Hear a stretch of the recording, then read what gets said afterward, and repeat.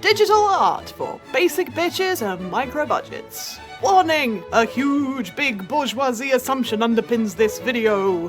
This assumption is that you already own a touchscreen device of some kind, and one with enough, oomph, RAM, computer, juice. But, importantly, not one necessarily with tons of computer juice, RAM, blah, blah. I'm talking a budget tablet, possibly even a mobile phone, if you own a nice one. There are two main considerations when going into digital art: styluses and software. So first, let's talk styluses. There are two types of styluses: capacitive, also known as passive, and active. Capacitive styluses are essentially your finger, but finer and more precise. Active styluses have more functionality, but they're much more expensive, so we will not be talking about them. So, capacitive styluses. There are two main types of tips: disc tips and mesh tips. Disc tips have a little plastic disc around the capacitive core, which ensures that your screen doesn't get scratched. Mesh tips have a capacitive mesh around a bulkier point. Having tried both types, I have found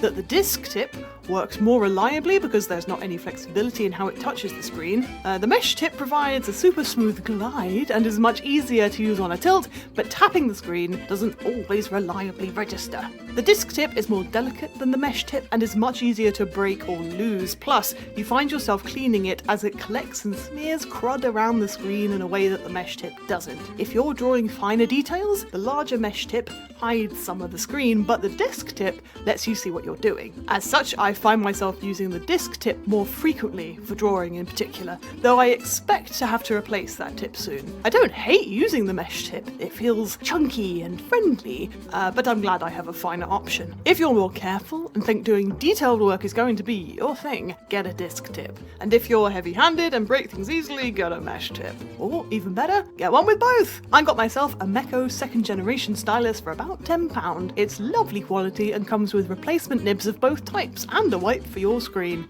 No complaints. My advice, make sure you double check reviews on the stylus you're interested in to make sure that buyers aren't reporting that the stylus scratches their screen, because that would be very sad. So that's styluses. Next up, software. I'm talking entry level, basic, free or cheap as chips. I'm talking undemanding basic functionality that won't make your budget device explode. With that in mind, I have two suggestions. First off, Squid. I'm not going to talk about Squid in too much depth here because it's not super art specific, but I think it's worth mentioning, so here's a quick overview. It's more of a note-taking app. So for drawing purposes, it is incredibly basic. The free version comes with an eraser that is not a true eraser, it will only erase an entire stroke, and the true eraser is behind a small paywall. But you can alter the colour and the thickness of your strokes, it's got an undo and a redo function, and I've never had the program freeze or quit on me. Big bonus. If you want to dip your toe into the digital art waters and think you might benefit from some of its other features, then I'd recommend Squid as something to try. But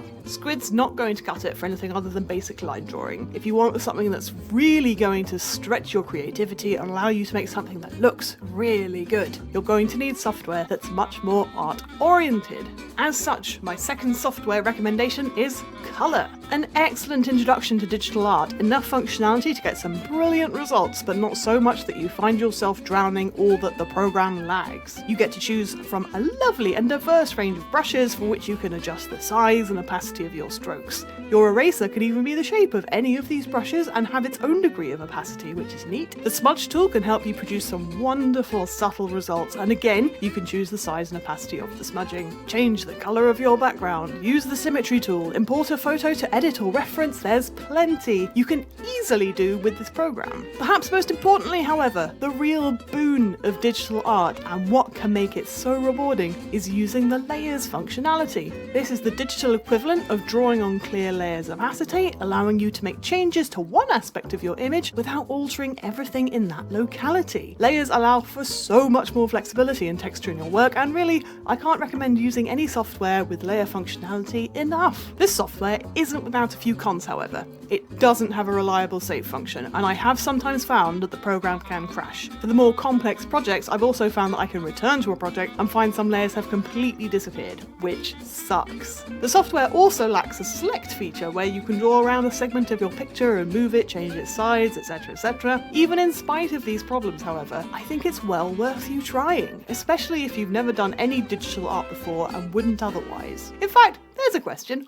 Why try digital art? I own some paper and at least one pencil. Why would I give this a try? Pen and paper drawing is beautiful and rewarding, but it is definitely also hard work. It fosters an intentionality when it comes to your strokes and decisions, and this means that it has a meditative quality, and it is also quite intense. Additionally, if you want to switch mediums, so try colour pencils or chalk or charcoal or whatever it is, this is pretty costly, requires a lot of space, and can be quite messy.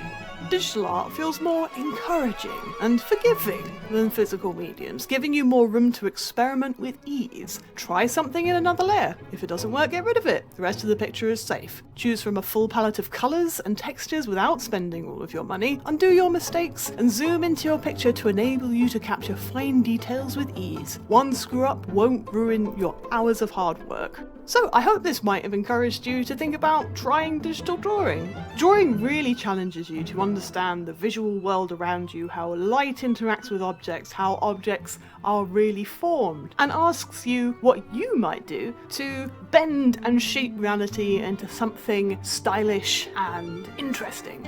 I found digital mediums super useful of late for helping to plan all of my artwork for the game. If I'm writing music, I often write words describing what journey I want things to go on, but in the past I've rarely planned out art. It's made me think more about changes in texture and colour and shape over time. And you know what? It's also just been really fun. And if you've ever had an interest in drawing, I think you should give it a shot.